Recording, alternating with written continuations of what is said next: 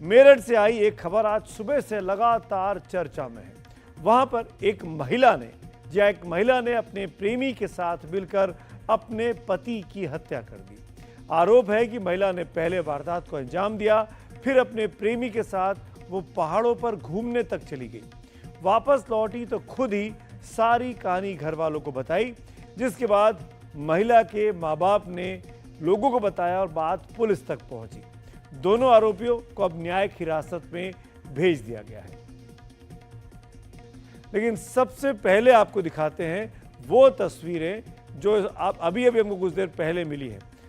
मेरठ में जब इस आरोपी महिला के दोस्त, महिला का नाम तो मुस्कान है और दोस्त का नाम जिसका प्रेमी है, जिसके साथ वो घूमने गई थी, उसको जब कोर्ट में पेश किया गया, उस दौरान पुलिस के घेरेबंदी के बावजूद भी वहां मौजूद वकीलों ने, तमाम लोगों ने उसकी पिटाई कर दी।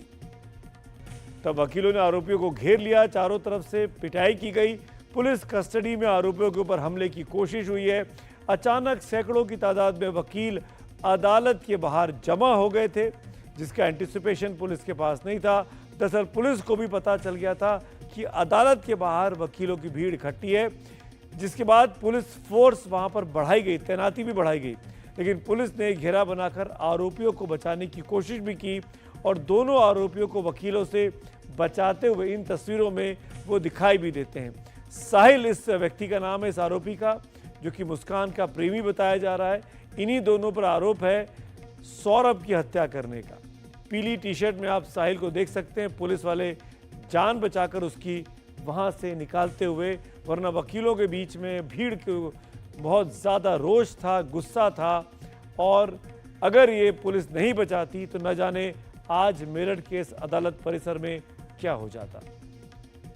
ये तस्वीरें देर शाम की हैं, हमने सोचा पहले आपको ये तस्वीरें दिखा दी जाए। 18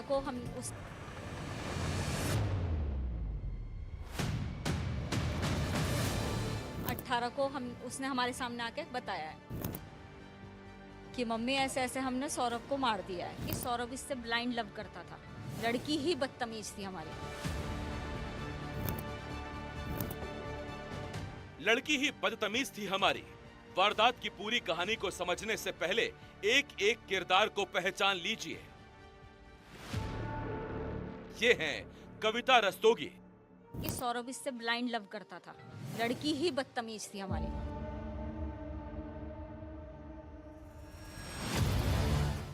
और कविता जिस सौरभ का नाम ले रही हैं, उनका पूरा नाम है सौरभ राजपूत, जो कि कविता रस्तोगी के दामाद हैं।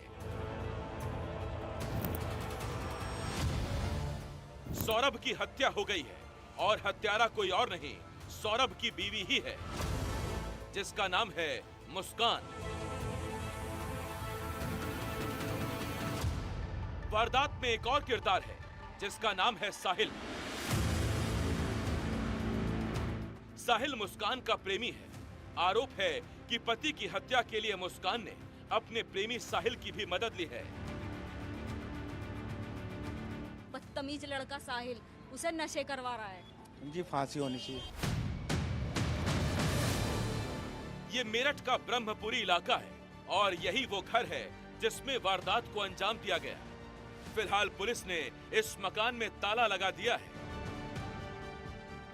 24 फरवरी को जो सौरभ राजपूत हैं वो लंदन से लौटे थे और वो इस घर में आए थे, और उनकी जो 6 साल की बेटी है उसका जन्मदिन 28 फरवरी को था, और बर्थडे के बाद यानी कि 4 मार्च को इसी घर के अंदर सौरभ की हत्या को अंजाम दिया गया। आरोप है कि 4 मार्च को हत्या से पहले मुस्कान ने सौरभ के खाने में नींद की गोलियां मिला दी।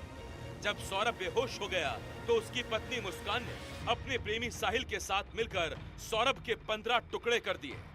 हत्या को अंजाम देने के बाद मुस्कान और साहिल ने सौरभ की डेड बॉडी को नीले रंग के ड्रम में डाल दिया। इतना ही नहीं, दोनों ने ड्रम को सीमेंट से भर दिया। मेरठ के इस इलाके में हड़कंप मचा हुआ है। आखिर एक पत्नी ने प्रेमी के साथ मिलकर अपने पति की हत्या क्यों की? वारदात का तरीका तो रोंगटे खड़े करने वाला है ही, जो कारण सामने आ रहे हैं वो भी हैरान करने वाले हैं। दरअसल मुस्कान के घर वालों का यह कहना है कि उनकी बेटी नशा करती थी। पुलिस का कहना है कि मुस्कान ने अंधविश्वास को भी औजार बनाया था। साहिल नाम के जिस शख्स ने इस वारदात में मुस्कान का साथ दिया, उसके कमरे की जब छानबीन की गई, उसका जो हुलिया निकल कर आया वो भी ऐसी ही गवाही दे रहा है कि आरोपी नशे की गिरफ्त में रहता होगा। बड़े ही शातिराना अंदाज में मुस्कान ने अपने पति की हत्या के लिए डॉक्टर के पर्चे का भी सहारा लिया, उसके साथ भी फर्जीवाड़ा किया। कैसे well planned, well thought of तरीके से मुस्कान और साहिल ने मिलकर इस कारनामे को अंजाम दिया, आप इस रिपोर्ट को जरूर देखिए।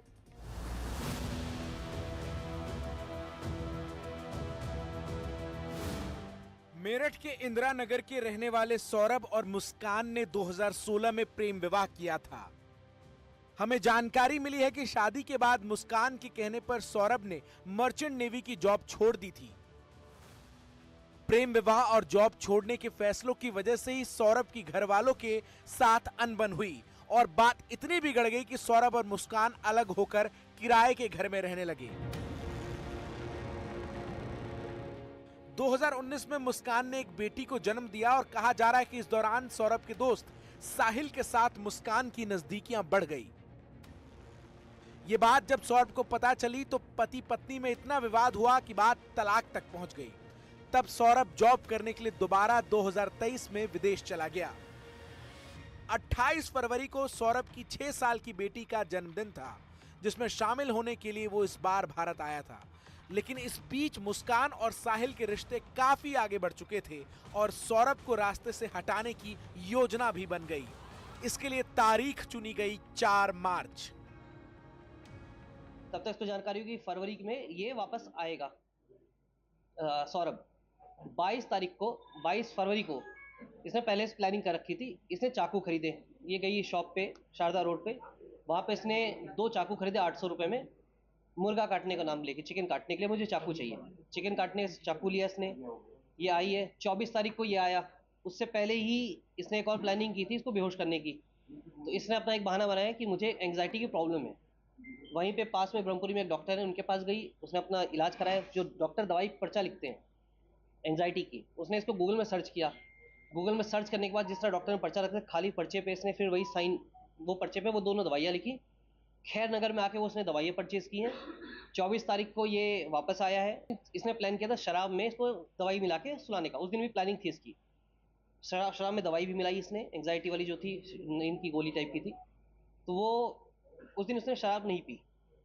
उसके बाद फिर ये उस दिन से वेट कर रही थी। इस बीच होता क्या था कि जब भी सैटरडे संडे को ये अपनी बच्ची जो इसकी, वो अपनी नानी के यहाँ चली जाती। नानी का घर 2 घर 3 घर छोड़ के ही है, दूर, ज़्यादा दूर नहीं है। तो अपने नानी के पास इसको रख दिया करती थी बच्ची को। 3 तारीख को बच्ची का एग्जाम खत्म हुआ था, उससे एक दिन पहले, तो अपने नानी के यहाँ से छोड़ दिया था। मुस्कान ने पूरी प्लानिंग के साथ पहले चाकू खरीदा और फिर ऐसी दवाई भी खरीद ली जिसके ओवरडोज से सौरभ को बेहोश किया जा सके। 4 मार्च को उसने अपने पति के खाने में दवाई मिला दी और बेहोश होने के बाद सौरभ की हत्या भी कर दी। हत्या के बाद अपने प्रेमी साहिल के साथ मिलकर मुस्कान ने सौरभ की बॉडी के टुकड़ों को ड्रम में भर दिया। ड्रम के अंदर पूरा सीमेंट भर दिया गया और उसके बाद जो मुस्कान है वो अपने प्रेमी साहिल के साथ यहाँ से चली गई और हिमाचल प्रदेश में कसौनी गई। वहाँ से वो सौरभ के मोबाइल से लगातार उसके कुछ फ़ोटोज़, कुछ पहाड़ों के फ़ोटोज़ सोशल मीडिया पर पोस्ट करती रही, जिससे लगे कि सौरभ जिंदा है। लेकिन जब सौरभ के घरवालों की बातचीत लंबे समय तक नहीं हो पा रही थी तो सौरभ के घरवालों ने पुलिस को शिकायत दी और फिर पुलिस ने मुस्कान और उसके प्रेमी साहिल से कड़ाई से पूछताछ की तो उसने अपना जुर्म कबूल कर लिया और उसने माना कि इसी घर में उसने इस पूरे हत्याकांड को अंजाम दिया है।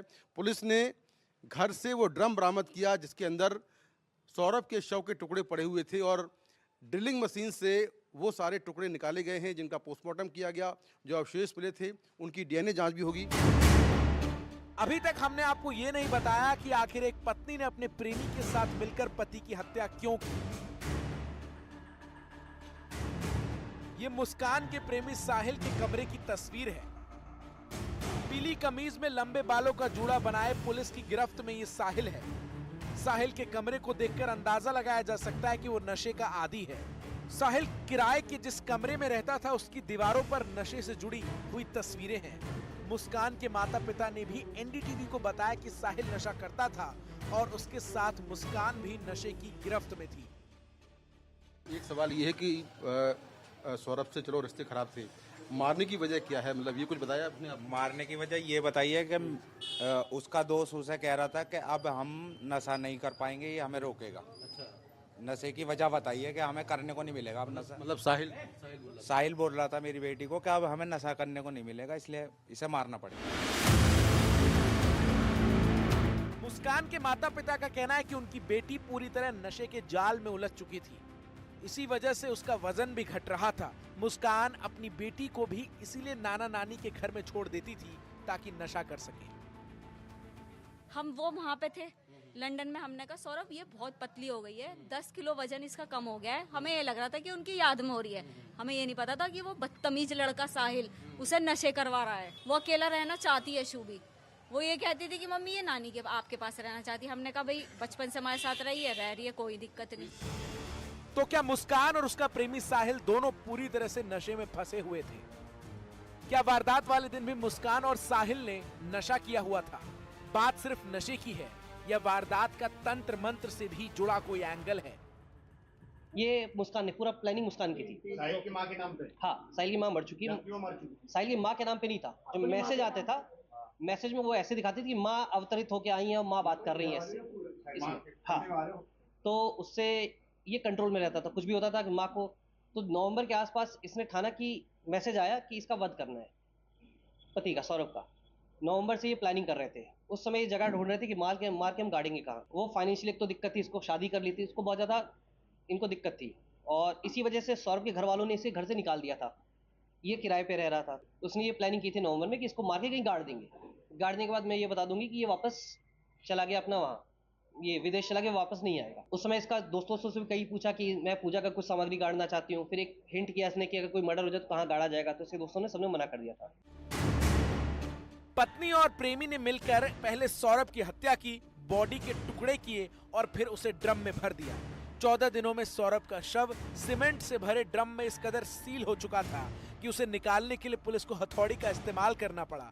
हथौड़ी से बात नहीं बनी तो ड्रम को मोर्चरी ले जाया गया और वहीं पर ड्रिल मशीन की मदद से शव के टुकड़े निकाले गए।